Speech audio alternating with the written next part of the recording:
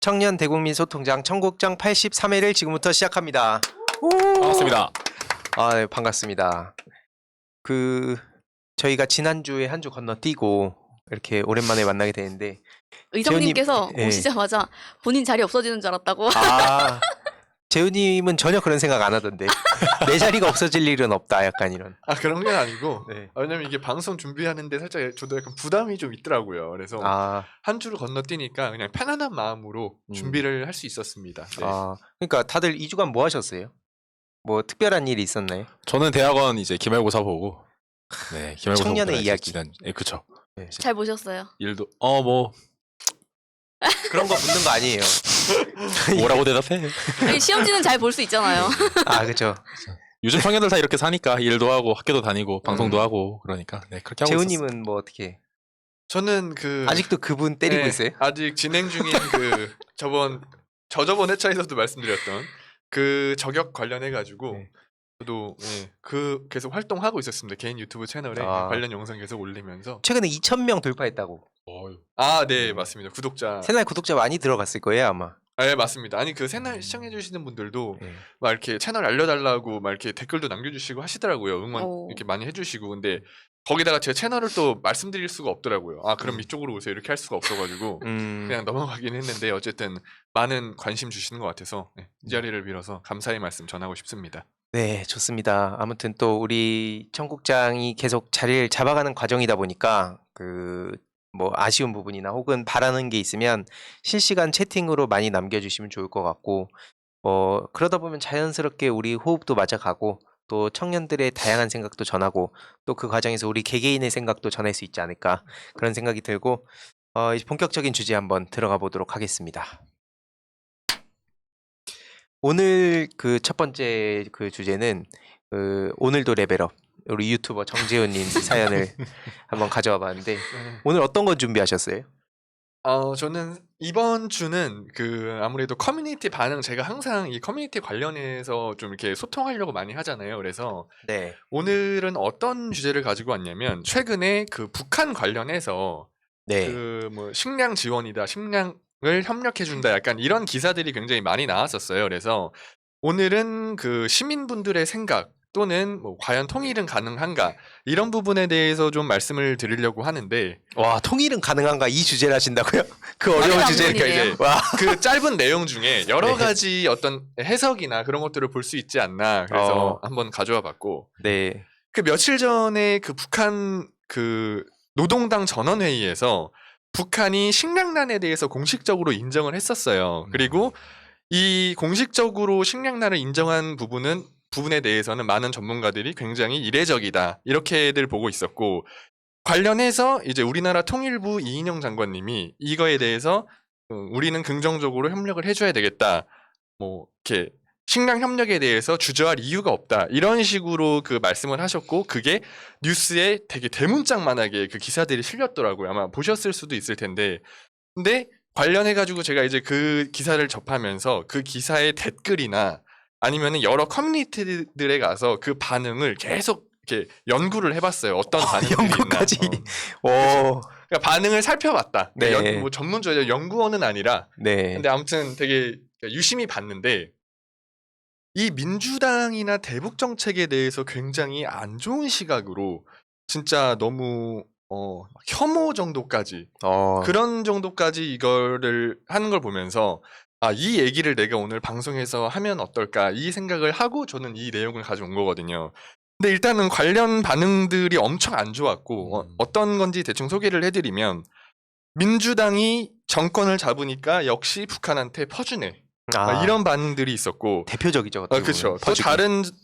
또 다른 걸로는 이렇게 퍼주고 나서 또 연평도 같은 사건이 터지면 그때는 어떻게 할 거냐, 또는 뭐 북한은 고립돼야 맞다, 나는 민주당 지지자지만 대북 정책만큼은 정말 마음에 안 든다, 막 이런 반응들이 되게 많더라고요. 그래서 이런 반응들에 실제로 좋아요, 막 이런 공감수가 계속 달리고 그거에 계속 이렇게 댓글들이 달리면서 이게 엄청나게 또 안 좋은 시선으로 바라보는 게 좀 안타까운 부분도 있더라고요. 그러니까 사실은 저도 이제 군대를 다녀왔고 그러니까 제가 또 이런 말 하면은 너 군대 안 갔다 온 거 아니야? 뭐 이렇게 생각하시는 분들도 계실 수 있을 건데 저는 참고로 실제 저는 연평도 때 군 생활을 했었고 네. 진짜 최전방의 그 명문 메이커 사단에서 메이커. 어디예요? 저 백마부대라고 아마 아시는 분들은 다 아실 거예요. 그 거기서 이제 분대장까지도 하고 만기 전역까지 했었어요. 근데 아니 그러니까 이제 저도 사실 군대를 갔다 온 입장에서 군대를 제대하고 나서 북한에 대해서 한번 생각을 해보면 굉장히 안 좋은 시선으로 저도 많이 봤었거든요. 아 예전에. 그러니까 왜 식량 협조를 또 이렇게 식량 요구하고 뒤에서는 또 다른 제스처로 나오는 거 아닌가 막 그런 생각도 많이 했었는데 이게 조금 심도 있게 그 북한이나 어떤 정책 이런 것들에 대해서 좀 보다 보니까 굳이 그렇게까지 볼 필요는 없구나. 좀 약간 새로운 시각, 약간 이런 것들을 조금 생각을 많이 하게 됐었고 예를 들어서 그 대북 정책도 굉장히 지금 중요한 그런 어떤 과제 중에 하나잖아요. 근데 예를 들어 뭐 그러니까 식량을 협력해주고 나서 반대로 뭐 비핵화나 이런 거에 대해서 좀 더 나아간다든지 약간 이런 식으로 약간 남북 간의 어떤 그 평화로 가는 데 있어서 좀 그래도 발걸음이 될 수도 있지 않나 그런 생각을 해보고 있습니다. 네. 좋아요. 그 얘기 나온 김에 잠깐 뭐 좀 주제를 그 연관된 얘기를 좀 해보면 네. 군대에 가면 사실 그 안보 교육이 되게 영향을 많이 받잖아요. 그렇죠. 그렇죠. 맞습니다. 그 의성님도 저는 안보 또 교육- 사연이 있죠. 사연이 있으세요? 예, 저는 또 그 천안함 때 연평해전 그때가 제가 ROTC 후보생 때예요. 그래서 학교에서 이제 3, 4학년 때 이제 좋은 교육 듣고 그랬었는데 저는 사실 그때 장교가 될 마음을 좀 비웠었어요. 왜냐하면 저 이제 학군 단장님이 이제 우리 후보생들 이렇게 모아놓고 이제 정훈교육이랍시고 노면은 빨갱이다. 그러니까 전자권 같은 거나 환수하려고 하지. 와. 예. 그때가 딱 이제 이명박 정부로 딱 들어갔을 때거든요. 그러면서 지금부터 제대로 대북 정책이 시작이 될 것이다. 군이 방향을 찾아갈 것이다. 아니 근데 주적은 북한이다. 이제 이런 얘기부터 해가지고 뭐 교육이라고 보기 좀 어려운 이야기를 이제 20대 초반의 학생들 특히 장교가 될 친구들을 모아놓고 얘기를 하다 보니까 그게 저처럼 나름대로 조금 이상한데라고 생각을 갖고 있는 친구들도 있는 반면에 볼 생각 없던 친구들은 그런가 보다. 그것도 한두 번이 아니고 갈 때마다 그런 얘기하니까. 여기 바로. 그쵸. 예. 근데 되게 저 중요한 지점이라 생각해요. 맞아요. 왜냐면은 저는 이 남한과 북한의 평화를 가로막는 것 중에 하나가 서로에 대한 무관심이라 생각하거든요.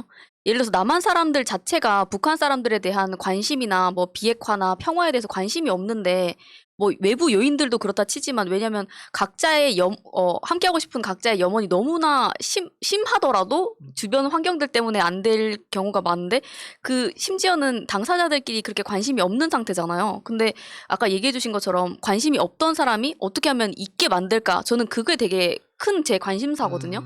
근데 그 황희도 씨도 보면은 예전에는 이제 좀 다른 사상을 가지고 있다가 이제 이쪽으로 전향하셨잖아요. 근데 그런 것처럼 이제 그 재훈님께서 그 변절하게 된 계기를 잘 찾아보면 다른 분들한테도 그런 걸 좀 적용할 수 있지 않을까 하는 생각이 들거든요.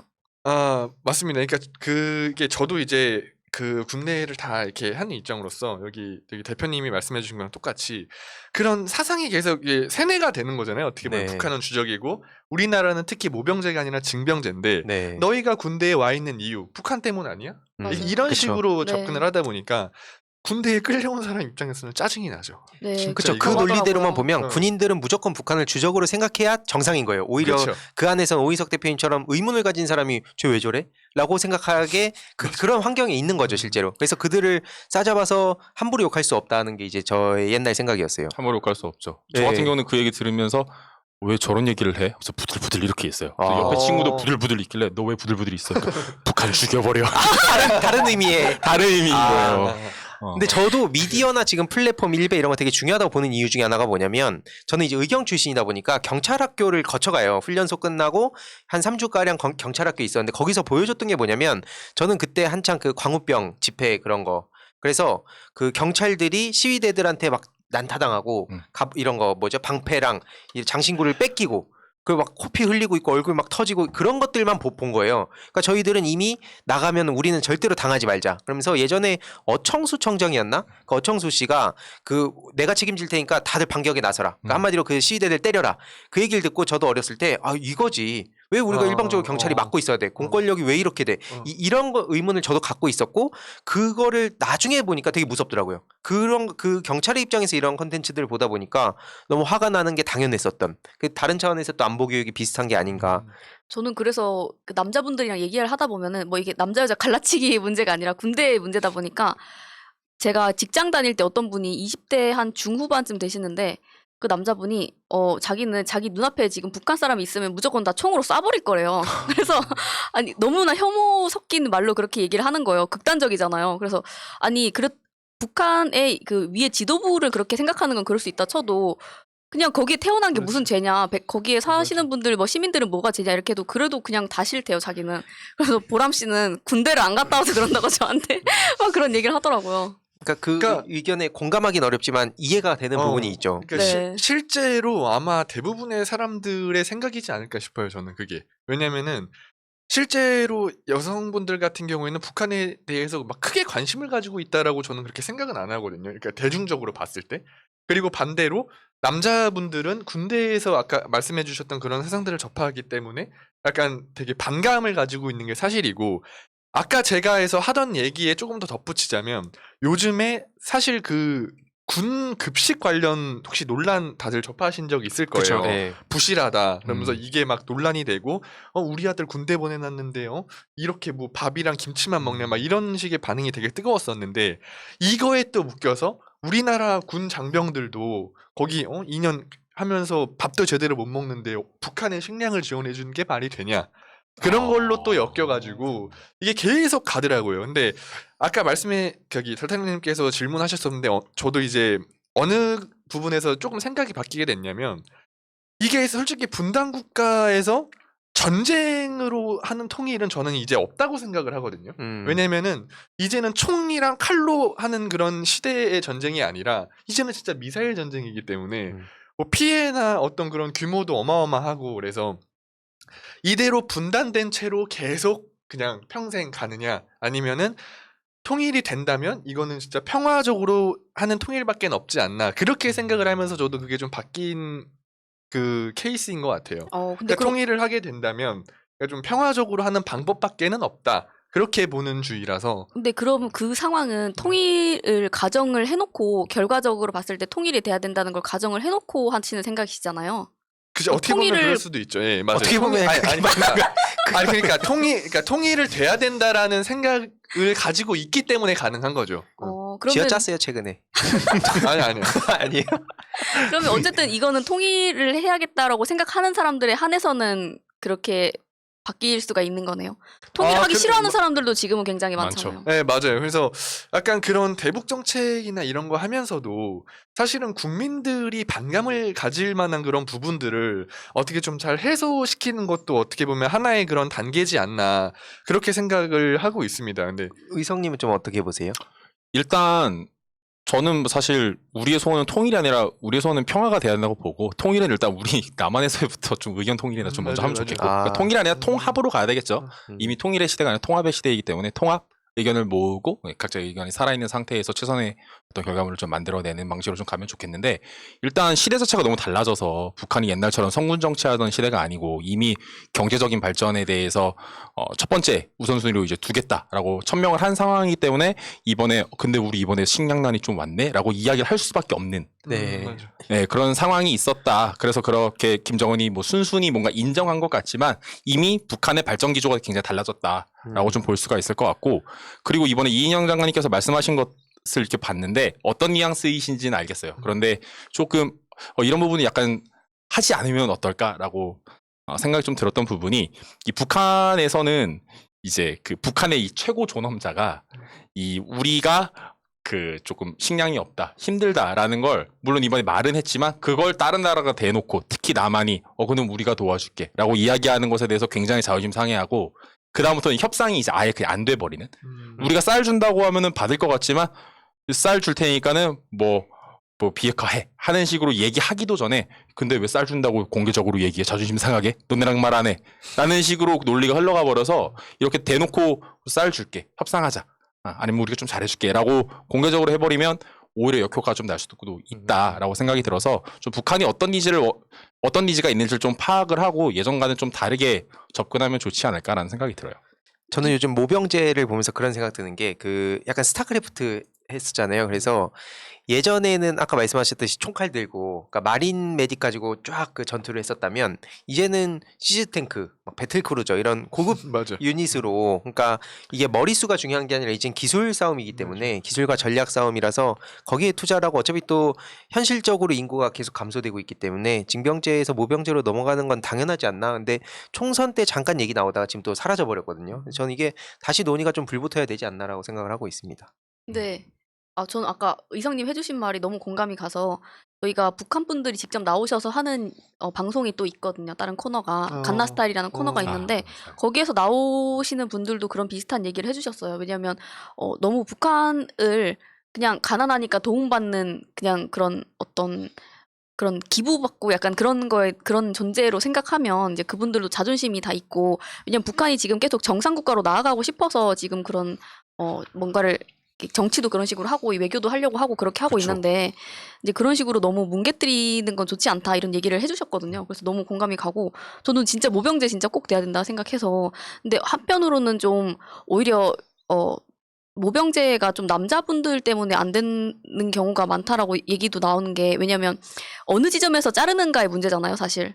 그러다 보니까 갔다 오신 분들은 오히려 세월이 많이 지나신 분들은 별로 상관이 없는데 만약에 내 밑에서부터 잘린다고 생각을 했을 때 그 박탈감을 근데 느끼는 분들은 또 그 감정적인 부분이 이해가 안 되는 건 또 아니거든요. 그 그래서 얘기하기 시작하면 뭐 거의 방송 한 시간을 잡고 해도 부족하죠. 맞아요. 맞습니다. 아무튼 이 모병제에 대한 얘기는 한번 다음에 좋아요. 가져와서 한번 조금 더 얘기를 해봐도 좋을 것 같아요. 되게 좋아요. 중요한 지적이고 실제로 예비군 입장에서도 되게 반발 많이 했었거든요. 하셨나 봐요? 난 갔는데 너네는 안 가냐? 근데 실제로 군대 갔다 온 사람 입장에서는 좀 그런 정서가 깔릴 수밖에 없지 않나. 기본적으로 약간 그런 게 있어서 아무튼 이번에 준비한 주제 잘 들었고 마지막으로 하실 말씀 없으세요? 네. 그러니까 그래서 제가 어쨌든 이게 되게 얘기가 이렇게 토론식으로 되게 잘 갔는데 어쨌든 제가 드리고 싶은 말씀은 그거예요. 그러니까 북한이나 협력 이런 부분에 있어서 뭐 그거는 제가 관여할 부분은 아니지만 약간 우리나라 현재 커뮤니티나 국민들의 시선은 어쨌든 되게 안 좋기만 하다. 그래서 앞으로 대북 정책이나 뭐 어떤 걸 하실 때 약간 이런 국민들의 반응을 조금 우호적으로 돌릴 수 있는 그런 게 있으면 좋겠다 이런 생각을 한번 해봤습니다. 네. 관여를 할 게 아니라고 하셨지만 그걸 관여하려고 지금 우리가 방송하는 거예요. 이런 목소리를 계속 내면서 뭐 아까 의성님 말씀하셨듯이 좀 뭐 디테일에 대한 어떤 아쉬움 이런 것도 편하게 얘기를 하면서 네. 거기에 공감하는 분도 계실 테고 그러면 또 주위에 그렇게 설득을 하니까 그게 어떻게 보면 방송의 제일 선순환 구조가 아닐까.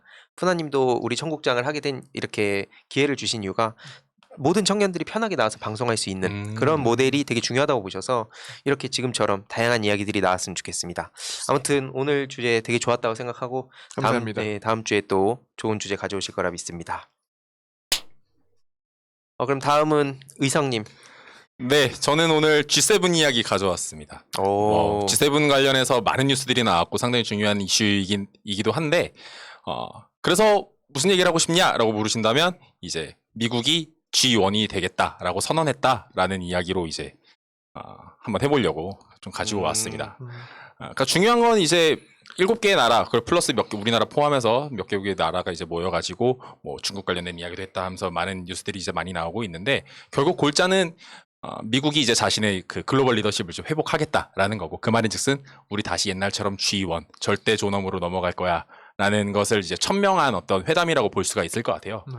이미 이제 바이든 정부로 넘어오면서 이제 백신 외교로 이제 글로벌 이 리더십의 좀 물꼬를 좀 트고 그 다음에 그 파리 기후협약에 다시 복귀해서 나는 이제 트럼프랑 달라라는 걸 보여주기 위한 것도 이제 예측이 좀 됐었는데 이제 이번 같은 경우는 가장 좀 중요한 부분이 그 B3W라고 하는 Build Back Better World라고 하는 더 나은 세계 재건 정책이라고 볼 수가 있을 텐데 옛날에 그 우리 교과서 보시면 뭐 마셜 플랜 같은 것들, 그러니까 국제 원조를 통해서 이제 뇌편을 많이 만들기 위한 미국이 이미 예전에 썼던 정책인데 그곳에 이제 21세기 버전이라고 조금 볼 수가 있을 것 같아요. 이미 이것도 어느 정도 그 예상이 좀 되었던 부분이긴 한데 이미 미국에서 이 국제 원조, 국제 개발을 담당하고 있는 USAID라고 하는 기관이 있습니다. 우리나라로 치면 코이카 같은 기관이라고 볼 수가 있어요. 그런데 그 기관의 장을 이제 새로 임명을 했는데 사만다 파워라고 하는 이제 여성분이에요. 그분이 이제 유엔 이제 주재 미국 대사도 하셨었고 이분이 그때 뭘 하셨었냐면은 러시아의 이 우크라이나 침공, 시리아 침공 이런 거 반대하시거나 또 에볼라 바이러스 대응 이런 것도 하시고 대북 제재도 그분이 많이 관여하셨어요. 그리고 그 전에는 그 오바마 대통령의 그 대통령 특별 보좌관으로도 이제 활동을 하셨었는데 그때 하셨던 게 이 젠더 이슈 담당하시고 소수민족 보호 이런 거 담당하시고 또 인신매매 방지하고 이런 거 담당하셨던 분이거든요. 그러니까 지금 현재 중국이 못하고 있는 것을 가장 미국에서 잘 해왔던 분을 그 자리에 이제 앉힌 거라고 볼 수가 있는 거죠. 그래서 이제 중국의 약점을 이제 좀 파고 들어보겠다라는 것이 많이 보이고 특히 이제 중국의 그 1대1로 정책에 이제 그 대응하는 어떤 미국의 큰 움직임이 이제 예상이 됐었는데 이번에 G7을 통해서 2035년까지 40조 달러죠. 40조 달러를 개도국에 지원을 하겠다고 했으니까 4경 한 5경 정도 되는 돈인가요? 와. 이 그 규모가 전 상상이 안 돼요. 상상이 안 되는데 이미 취임 전부터 준비가 되어 있던 흐름이라고 볼 수가 있고 이번에 G7 회담으로 하여금 완벽하게 천명했다라고 볼 수가 있을 것 같아요. 그리고 이 이야기는 단순히 중국을 견제하는 게 아니고 중국과 러시아를 넘어서서 다시 내가 1등이었던 세계 원탑 되겠다. 네. Build Back Better World. 그들이 말하는 Better World는 자신들이 지배했던 제일 좋았던 세상. 영어로 세계로 좀 자제해 복원하겠다. 주셨으면 좋겠어요. 들으시는 분들을 위해서. BUILD. 네. 그런 것이 이제 천명했다라고 좀 볼 수가 있겠죠. 그래서 이런 그 이번 G7이 갖고 있는 의미가 상당히 많지만 가장 중요한 흐름은 이제 21세기에서는 미중 갈등이라고 볼 수가 있겠는데 이미 미국은 이번 회담으로 하여금 미중 갈등을 넘어선 거예요. 네. 그냥 다 압도해 버릴 거야. 라고 이제 한 거고 그것의 어떤 대표적으로 이제 그 수단으로서 환경, 인권, 민주주의 같은 중국이 못하는 것을 나는 훨씬 잘할 수 있어. 거기다가 난 트럼프와도 다르게 바로 기후변화협약도 가고 나는 트럼프보다 훨씬 큰 비전을 갖고 미국을 다시 정상, 옛날 우리가 1등이었던 세계로 되돌릴 거야 라는 이야기를 이번에 했던 G7 회담이었기 때문에 그 국제적 흐름을 좀 보고 갈 필요가 있을 것 같습니다. 뭐 이렇게 되니까 다른 차원에서의 어떤 아메리칸 퍼스트를 준비하는 게 아닌가. 이게 되게 역설적인 것 같이 느껴지는 게 본인 입으로 아메리카 퍼스트라고 외쳤던 사람은 정작 그게 안 되잖아요. 근데 이게 그만큼 확장성을 가지고 본인이 당신들한테 더 나눠줄게 우리가 같이 잘 되자라고 했을 때 정말 더 큰 걸 이룰 수 있구나 하는 거가 다시 한번 느껴지는 것 같아요. 그렇죠. 혼자 가려면 빨리 가려면 혼자 가고 같이 가려면 뭐 함께 가라. 아니죠. 맞나요? 그런 얘기 있는 것처럼 그러니까 같이 하는 게 이제 중요하니까 네, 트럼프는 그걸 못했었기 때문에 좀 반대급부로 이제 바이든 정부는 좀 그렇게 하려고 좀 보여요. 어떻게 생각하십니까? 그러니까요. 아니 근데 이게 되게 좀 약간 저는 처음에 이 기사를 보고 어떻게 생각했었냐면 그냥 미국이 중국이랑 러시아를 약간 견제하네 약간 이렇게밖에 생각을 안 했었거든요.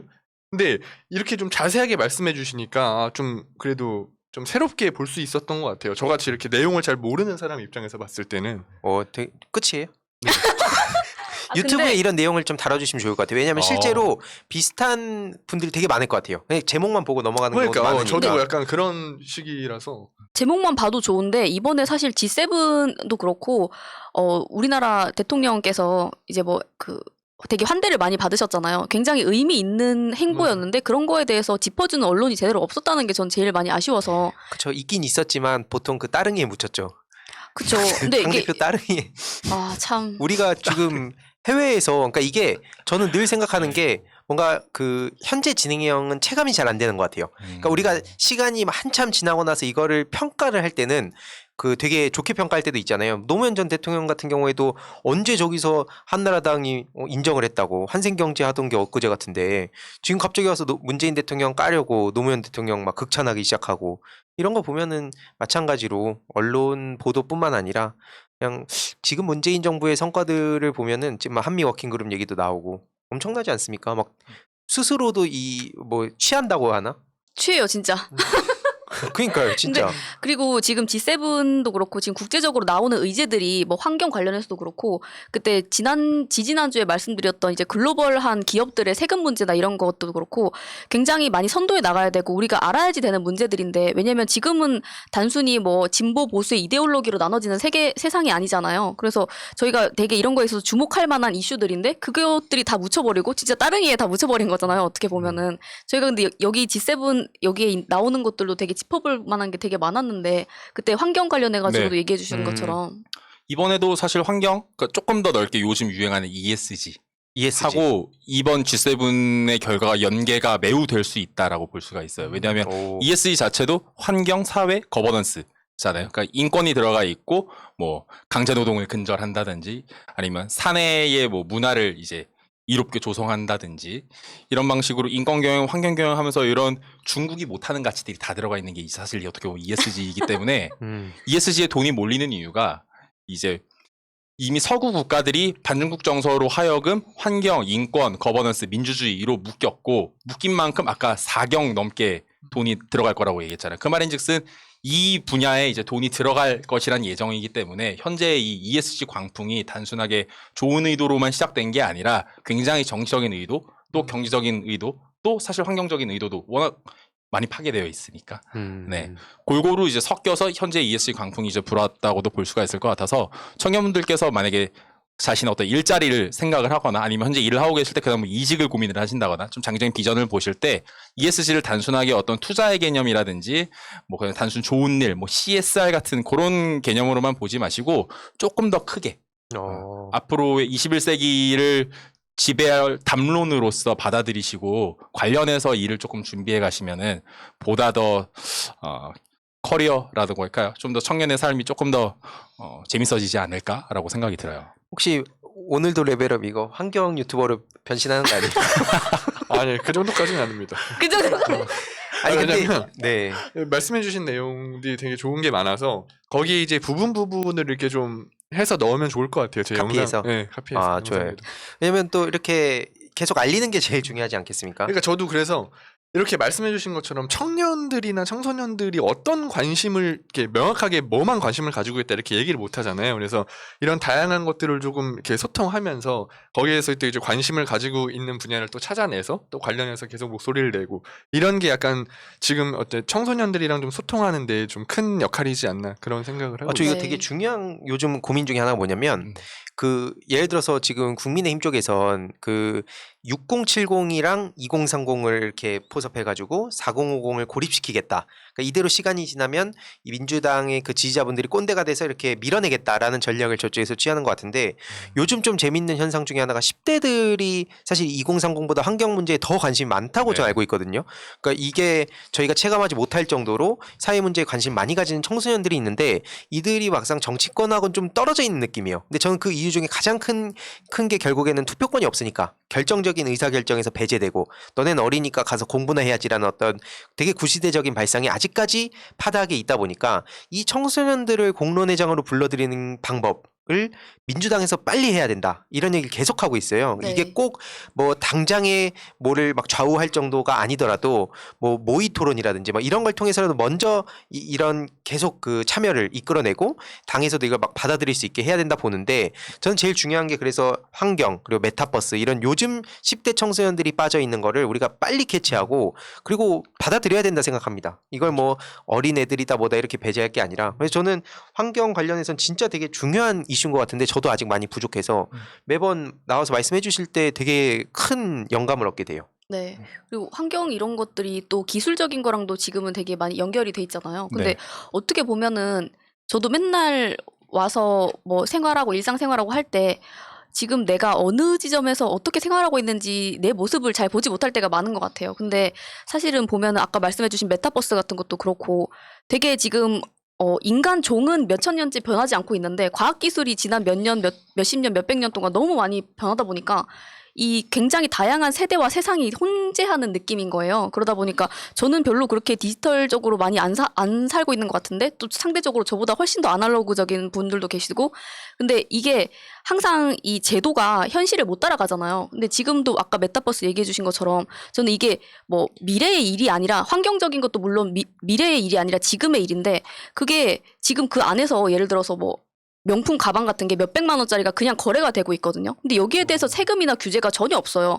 원래 소득이 있는 곳에 세금이 있어야 되는데 이건 현실에서 일어나고 있는 문제잖아요. 그럼 현실의 문제인데 이 그냥 뭐 과학기술 뭐 애들이나 하는 거 이런 식으로 해버리고 나면 전 진짜 안 될 것 같은 생각이 들거든요.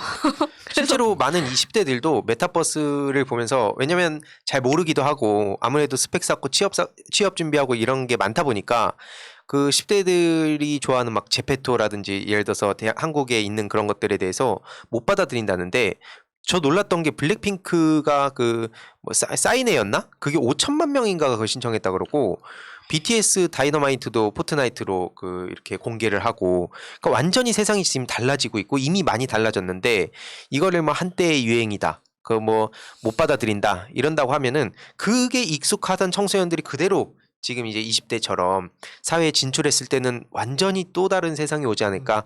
이것은 뭐 보수 진보 떠나서 정치권에서 진짜 심각하게 받아들이고 다음 2050을 준비하는 차원에서 길게 내다보고 그럼 예를 들어서 저는 저 같은 경우에는 그 게임 안에 환경에 대한 중요성, 뭐 보편적 복지에 대한 어떤 가치 이런 것들을 그 안에서 차근차근 그 가상 세계에서 경험을 해보는 게 되게 중요하다고 봐요. 맞습니다. 그러니까 그 게임 캐릭터 그 가상 캐릭터가 거기서는 다양한 걸 해볼 수가 있으니까 그 안에 그 세계관도 그래서 요즘 되게 많이 중요하다 보는데 그 안에 환경이 왜 중요한가를 책으로 그렇게 막 읽고 암기시키고 주입시키고 하는 게 아니라 본인이 그냥 예를 들어서 환경 파괴를 했는데 갑자기 그냥 폭발해서 막 세계가 막 망했다 그 게임 안에서 그러면 이게 심각하구나라는 걸 간접적으로 체험할 수 있는데 저는 개인적으로 게이머 입장에서 그런 방식이 자연스럽게 더 많이 공감대 얻지 않을까 생각합니다. 실제로 지금 어떤 게임 같은 경우에는 뭐 문화재 같은 게 고증이 너무 잘 돼 있는 거예요. 그래서 대학에서 그걸 사료로 그냥 쓰기도 한답니다. 그 배경이 너무 보존이 그 게임상에서 너무 잘 돼 있어가지고. 환경 관련된 어떤 뭐 게임이라든지 이런 것도 만약에 있으면 한번 소개를 해주시면 좋을 것 같아요. 좋아요. 소개 한번 해보도록 할게요. 예, 왜냐면은 진짜 그러면 주위 환경 운동 하시는 분들이 그러니까 그게 잘못됐다는 게 아니라 그렇게 했을 때 그 이렇게 관심을 받는 것도 있겠지만 게임 같은 거를 학생들한테 자연스럽게 홍보를 하면 자연스럽게 그냥 그 게임 하면서 같이 뭔가 토론해 볼 수 있지 않을까. 제가 되게 좋아하는 게임이 제가 게임 딱 2개 하거든요. 네. 피파하고 그리고 문명해요. 문명. 네, 문명 좋아하는데 문명이 최근에 뭐가 나냐면 기후변화 팩이 나왔어요. 확장팩으로. 오. 지난해에 나왔는데 이제 문명 뭐 게임 아시는 분들은 아시겠지만 그 고대 시대부터 해서 그 돌도끼 쓰는 시대부터 시작해서 원자 시대 막 핵폭탄 만들고 이런 시대까지 쭉 문명을 끌고 오면서 뭐 땅을 많이 먹던가 아니면 종교를 많이 퍼뜨리던가 뭐 외교적으로 뭐 성공을 하든가 하는 식으로 이제 이기는 그런 게임인데 최근에 그 기후변화 팩이 나와서 그 기후변화 팩의 가장 극단적인 기능을 켜면 이제 기후변화를 막지 못하잖아요 전 세계가. 그러면 게임이 그냥 그 지구 맵이 파멸하는 걸로 끝나요. 현실적이네요. 네, 진짜. 근데 그렇게 하면서 저도 스스로 되게 반성을 많이 하는 게 제가 만약에 좀 발전이 빨라서 다른 문명들에 비해 석탄 발전을 먼저 개발하게 된 거예요, 과학적으로. 그러면은 조금이라도 더 빨리 많이 석탄 발전해서 우리 문명이 잘 됐으면 좋겠어요. 그래서 기후변화 협약하자 이런 거 하면 너무 귀찮아지는 거예요. 게임을 하면서. 너무 현실적이네요. 게임을 하면서도 그런 마음이 드는데 정말 이 시대에 기득권을 갖고 있고 의사결정을 해야 하는 사람들의 입장에서는 얼마나 싫을까? 라는 생각이 들더라고요. 그래서 방금 말씀하신 것처럼 공감이 너무 갔어요. 게임의 게임하면서. 순기능 여러분 이렇습니다. 너무 게임 미워하지 마세요. 문명하세요. 문명하세요. 문명.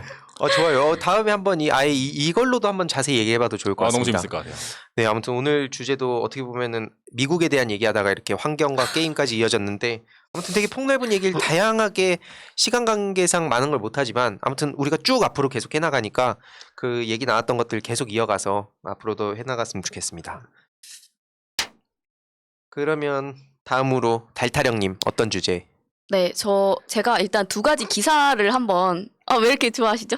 예? 아닙니다. 아니 첫 순서로 얘기하고 나니까 편해요? 마음이 좀 가볍네요. 진짜 편해 보이시네. 제가 여기서 그래도 먼저 하는 게 표정이 낫다고. 보이는데 아니. 너무 달라지셨어요. 농담이고, 예.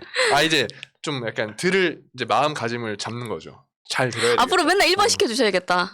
그건 아니면 앞에 걸 안 들으실 것 같아요. 아니야. 네. 아닙니다. 네. 첫 번째 기사가 이제 제왕절개 칼이 아기 그었다. 신생아 보고 기절할 뻔한 엄마 하고 이제 사진이 나와 있는 게 아기의 얼굴에 칼자국이 이렇게 나 있습니다. 그리고 또 다른 거는 태어난 아기 얼굴에 태어난 아기 얼굴에 신생아 얼굴에 그리고 또 하나는 10세 아들 여자 탈의실 데려온 무개념 엄마 애가 따옴표하고 애가 뭘 알아 이렇게 돼 있는 기사가 있는데 이게 우리나라에서 있었으면 정말 너무 심각하다. 우리 바로 옆에서 어떻게 이런 일이 일어나지 했을 법한 일들이잖아요. 근데 이게 첫 번째 기사 같은 경우에는 이제 미국에서 일어난 사건이고 두 번째 같은 경우에는 중국에서 일어난 사건이에요.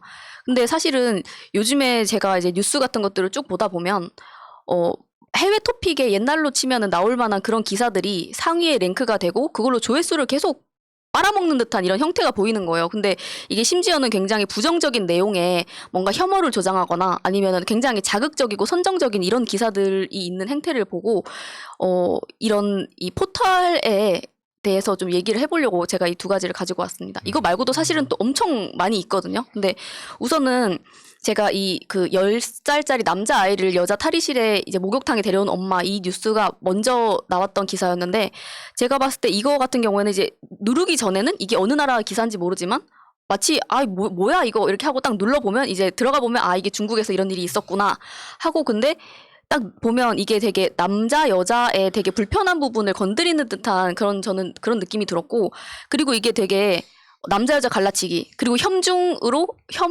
중 정서 불러일으키기 두 가지 토끼를 다 잡을 수 있는 기사라고 저는 생각이 들더라고요. 왜냐면 중국이니까 이러지라고 분명 그런 기사들의 댓글들이나 사람들의 정서를 불러일으킬 만한 중국에 대한 안 좋은 이미지를 굉장히 부각시키는 그쵸. 그런 기사라고 저는 생각이 되는 거예요. 근데 제가 느낄 때는 이게 그런 뭔가 의도를 가지고 계속 이런 것들이 한 번만 나오는 게 아니잖아요. 계속해서 나오는 게 아닌가 하는 생각이 들더라고요. 그리고 이게 말씀하셨듯이 제목 자체가 따옴표로 애가 뭘 알아 이렇게 돼 있으면 한국에서 얘기를 당연히 주고받았다 생각하는데 이거 중국어로 해야 되는 거 아니에요 그러면? 중국어로 하는 것도 문제지만 사실은 애가 뭘 알아라고 하면 마치 엄마가 애가 뭘 알아 그러니까 애가 아무것도 모르니까 나는 남자애지만 여자 목욕탕에 데려올 거야 하는 것처럼 들리잖아요. 엄마가 그렇게 한 것처럼 네. 진상 엄마인 것처럼 보이잖아요. 굉장히 반감을 불러일으키는 듯한 근데 어차피 중국어로 돼 있으면 못 알아보는데. 근데 아까 말씀하셨듯이 실제로 커뮤니티를 쭉 보다 보면 현재 그 반중 정서, 그러니까 결국에는 중국을 때리는 이유가 지금 문재인 정부가 이제 친중 정권이다라 그러면서 뭐 이게 박근혜 전승절 얘기해도 아무 소용이 없더라고요 그것도. 조선족 타격 한번 받으셨잖아요. 또. 아니 진짜 웃겼던 게 예전에 제가 일베를 한번 차이나 게이트를 한번 깐 적이 있어요. 차이나 게이트를 깠는데 그날 밤에 10시에 영상 올렸어요. 다음날 아침 8시까지 실시간으로 댓글 달리는데 중국 공산당원 막 그런 거 프레임처럼 민주당 총선 기획 당원이다. 막 이런 식으로 하면서 얘 조선족 같다. 말투가 조선족이다. 뭐 얼굴이 조선족이다 하면서 이상한 스노우볼이 굴러가더라고요. 그러면서 결국에는 이 아까 뭐 다시 얘기를 돌아와서 중국에 대해서 가짜 뉴스들이 있잖아요. 그냥 네. 터무니없는 가짜 뉴스라도 그 말씀하셨듯이 근데 어쨌든 중국은 잘못됐잖아. 중국 욕하는데 뭐 네 불편러야 막 이런 식으로 얘기가 가니까 계속 그런 게 차곡차곡 쌓여가지고 중국에 대한 반감이 있다가 만약에 그 문재인 정부에서 외교적 차원으로 중국이랑 뭐만 한다 그러면 바로 그냥 거기서 이제 친중이다. 심지어 지난주에 나오셨던 최문순 지사님도 네. 그 차이나타운 그 가짜 뉴스 때문에 아직까지도 고통을 받고 계신. 그게 가짜라고 아무리 얘기를 해봤자 소용이 없어요. 계속 댓글이 올라오는 거예요. 관심이 심지어 없죠. 방송에서도 댓글이 계속 올라오는데 이게 단순하지가 않다는 생각이 드는 부분이 뭐냐면 중국, 조선족, 북한, 뭐 독재 정권 이런 식으로 쭉 연결이 돼 있어요. 맞아요. 이게 일련의 어떤 점점이 모여서 쭉 선을 이루고 있는데 이것이 좀 어떻게 보면은 되게 정교해 보인다. 단순히 개인들이 이렇게 했을까라는 생각이 좀 많이 드는 부분이었습니다. 실제로 이게 뭐 누군가 음모론이라고 하지만 제가 당했던 걸 사례를 말씀드리면 아까 그 조선족 같이 생겼다 이럴 때 저도 웃겨갖고 그 일베에 올라온 글들을 주위에 막 퍼뜨렸어요. 얘 웃기지 않냐니까 다들 빵 터지죠. 저보고 조선족이라 그러는데 근데 이게 어디까지 흘러갔냐면 그 다음 단계로 예전에 제가 단체에서 그 뷰티 위원회가 있었어요. 근데 거기에 그 겨울 쿨톤이라는 게 있더라고요. 뷰티 용어로. 그걸 겨쿨이라고 하는데 김겨쿨이라는 무슨 트위터리안이 있어요. 근데 딱 그 김겨쿨이 황희두랑 그렇게 매칭을 시키면서 그 다음으로 어디로 갔냐면 드루킹으로 가는 거예요 이게.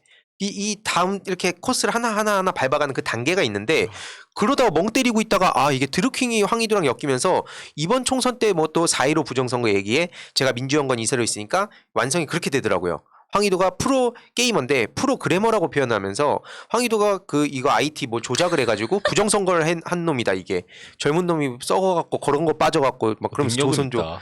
그러니까 저도 그거 보면서 나를 너무 나를 너무 높게 그 보는. 그림을 보면 제일 꼭지점에 황희도 씨가 이 대선이 아니라 총선의 모든 승리를 기획한 사람으로 이렇게 부정선거 있더라고. 기획자라고. 그래서 부정선거. 이 조선족이 여기 와가지고 민주당에 지금. 아니 그런 거 있으면 저한테 얘기하세요. 왜냐면 저는 이런 걸 대변해줄 수 있는 게 제가 희도를 아주 어렸을 때부터 키운 입장이다 보니까 얘가 조선족이 아니고 그런 게 아니다라는 걸 나는 당당히 얘기할 수. 난 키운 거 뭐 다 증거가 있는데 뭐.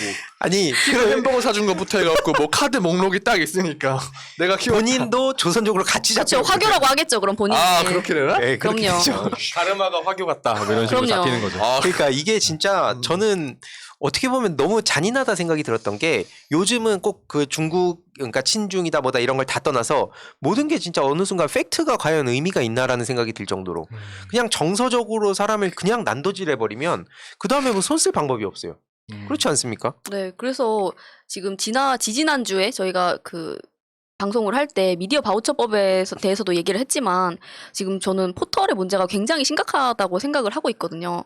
왜냐면 지금 네이버 같은 경우에는 이제 그게 없어졌는데 다음 같은 경우에는 카카오에 들어가면 그 샵 버튼을 누르면 이 뉴스가 쭉 뜨거든요. 근데 이 뉴스가 배열되는 거를 아무도 어떤 알고리즘이 선정을 하는지 모르고 있고 근데 그냥 그저 여기에 계속 자극적인 뉴스들로만 도배가 되는 거예요. 근데 네, 네, 그런데 여기가 이 공간과 그리고 그 커뮤니티를 또 보여주는 뭐 웃긴 자료 같은 걸 보는 그런 공간이 있는데 사실은 여기에 어느 순간인가부터 이제 사람들이 많이 여기에 접속을 하다 보니까 광고 같은 것도 점점 스며들고 이렇게 하더라고요. 근데 왜냐면 그렇게 유입이 많은 걸 사실 노다진데 굳이 놔둘 필요가 제 생각에도 없을 것 같아요. 거기 계속 광고를 끼워 넣게 되고 이런 구조가 되는 것 같은데 근데 이런 걸 봤을 때 저번에도 말씀드렸지만 기자들이 들고 가서 언론 안에서 또 데스킹을 하고 또 결국 최종 데스킹을 포털이 하게 되는 이런 구조에서 제일 먼저 포털을 좀 어떻게 해야 되지 않나라는 생각이 어떻게 할까요? 아 제가 지금 민주당 미디어 특위에서 활동하고 있어서 어떻게 해야 돼요? 아 좋아요. 좋은 질문이에요. 매번 회의를 할 때마다 이걸 중간복을 제가 하고 있는데 상황상 그리고 전략상 다 밖에 말을 못하는 상황이에요. 근데 참고로 어차피 좀 어느 정도 공개됐으니까 드린 말씀인데 포털과 뉴스를 분리해달라는 시민들의 굉장한 요구가 있고 네. 실제로 안에서도 그 논의가 되게 많이 있는데 지금 그 논의가 계속 지체되는 부분이 딱 그 부분이에요. 이거를 입법으로 할 것이냐 자율규제로 맡길 것이냐. 그게 좀 많이 좀 충돌하고 있는 입장이고 저는 개인적으로 입법으로 해야 된다는 입장인데 뭐 거기에 대한 당연히 우려도 있겠죠. 뭐 이게 너무 법으로 모든 걸 하려는 거 아니냐. 뭐 법에도 한계가 있다 이런 얘기들이 있지만 그래서 누구라고 말씀드릴 수는 없지만 아무튼 중요한 것은 이게 과연 그 자율규제에 맡겨서 이게 해결이 될까? 그러니까 아까 말씀하셨듯이 실제로 알고리즘 탓하면서 이게 또 기업의 비밀이다. 영업 비밀이다 이런 식으로 논리를 펼치면은 뭐 할 말이 없어지잖아요. 근데 문제는 이게 또 사기업의 법이 뭐 어쩌네 저쩌네 이런 것들이 있어서 안에서도 굉장히 전략적이고 또 디테일하게 논의를 하고 있다. 지금까지는 네네. 그런 상황입니다. 왜냐면 제가 그 김승원 의원이 다른 방송에서 나와서 하시는 얘기를 들었는데 그때 방송에서 당시에는 우리나라 국내 포털도 해외 거대 포털에 비해서는 굉장히 약자기 때문에 제도권 안에서 뭔가 딜을 할 그런 여지가 있다고 얘기를 하셔서 전 되게 희망적으로 생각을 하고 있었거든요. 포털 개혁이라고 말하면 또 너무 그런지 모르겠지만, 네. 제도권 안에서 해결할 수 있을 뭔가 여지가 있다고 저는 느꼈는데, 잘 좀 해주세요. 네, 보통은 안에서는 아무튼 그 개혁을 확실히 방점을 찍자라는 게 좀 많이 있긴 합니다. 근데 다만 이걸 디테일하게 좀 해보자. 그리고 저는 또 하나가 뭐냐면, 이 외국계 기업 같은 경우에는 우리나라에서 어떠한 책임이나 의무를 제대로 하지 않잖아요. 그런 부분에 있어서 뭐 대리인 제도를 두든 뭐 어떻게 하든 제대로 이 사람들이 여기서 돈을 버는 만큼 세금을 정당하게 내고 그리고 이 내부에 예를 들어서 유튜브 같은 경우나 인스타나 다 외국계 기업이잖아요. 여기서 뭔가 문제가 일어나면 그걸 해결할 수 있도록 해줘야 되는데 거기에서 이 내부에서 예를 들어서 엄청 혐오스러운 어떤 발언을 하거나 뭐 그런 문제가 생겼을 때 뭐 법적인 소송 싸움으로 갔을 때 그 부분이 되게 잘 어렵잖아요. 그런 외국계 기업에서 그런 일이 일어나면. 되게 그렇게 껑충 뛰고 갑자기 대리인제도 얘기를 하면 이게 시민들 입장에서 뭔가 싶을 수 있기 때문에 아, 네. 네, 그 대리인제도가 뭐냐면 그러니까 쉽게 말해서 지금 아까 말씀 주셨듯이 해외 플랫폼이라 그러면서 그냥 본인들 좋은 것만 다 뽑아 먹으려고 하고 막 이런 상황이기도 하고 네. 또 어떻게 보면은 그 뭐 여러 가지 이야기들 나중에 차차 말씀드리겠지만 아무튼 그런 책임을 좀 다하게 하자라는 얘기가 나오고 있는데 이것도 좀 국회에서 일부 막혀 있는 이유가 있어요. 근데 그 내막을 지금 얘기를 해도 되는지를 잘 몰라갖고 제가 말씀 못 드리지만 아무튼 민주당에서 이런 부분도 되게 디테일하게 신경을 쓰고 있어요. 근데 어딘가에서 자꾸 반대를 한다 하더라고요. 나중에 이건 기회가 되면 좀 더 자세히 상황에 맞춰서 말씀드릴 예정이고 아무튼 그 악플러들이 예를 들어서 국내 악플러들도 이렇게 어떻게 보면은 수사기관에 몇 번, 한두 번만 갔다 와도 그다음부터는 이제 좀 정신을 바짝 차리게 되는 사람들이 있는데 지금 유튜브나 인스타그램이나 뭐 페이스북이나 이런 데서는 해외에 이게 서버가 있고 하다 보니까 아무런 어떤 제약 없이 그냥 혐오막말을 하고 있죠. 그래서 그거를 국내에 좀 그걸 대리할 수 있는 그런 제도, 그런 기관을 뭘 둬가지고 거기를 통해서 우리가 좀 국내에서 수사를 좀 협조할 수 있게끔 하는 방안을 좀 길게 보고 좀 뭐 이걸 준비하고 있는 게 있어요. 그래서 그거 나중에 좀 더 자세히 말씀드릴 예정입니다. 네. 그리고 그 부분에 있어서는 사실 그런 생각도 들어요. 그냥 일반 시민의 입장으로서는 내가 예를 들어서 검찰총장이나 엄청 권력자를 예를 들어서 욕을 하면 그거 못 잡겠냐? 아니 근데 우리가 그냥 이 별로 관심 밖에 있는 사람들이니까 그렇게 피해를 입을 수밖에 없는 거 아닌가 하는 생각도 들 때가 있거든요. 그렇습니다. 중요한 지점이죠, 이게. 그 실제로 유튜버 오늘도 레벨업 무려 구독자 2,000명을 보유한 2024명입니다. 아, 왜냐면 24분도 소중한 서운하시겠다. 지금 더 늘었을 수 있잖아요. 아무튼 소중한 그 2024분 플러스 알파 예. 그 유튜브를 보유한 그 오늘도 레벨업님 악플 받아본 적 있죠, 유튜브에서? 많죠. 좀 어떠세요? 실제로. 그때 딱 그 심경이?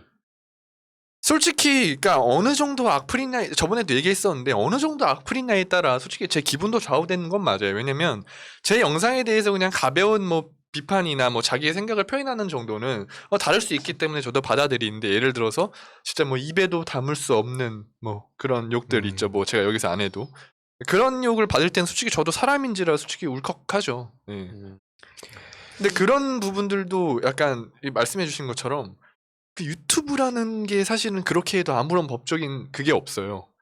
사실은 그쵸, 제재가 없고. 제재가 없고 그쵸. 그렇기 때문에 오히려 다른 데보다도 유튜브가 더 그렇게 지금 심각한 수준이에요. 그런 거 보면 그래서 이제 그런 걸 이제 필터링 같은 걸로 뭐 이렇게 좀 제재하는 게 있기는 한데 그거 해봤자 솔직히 뭐 큰 의미는 없고 예. 그거는 이제 욕만 걸러주는 거기 때문에 음.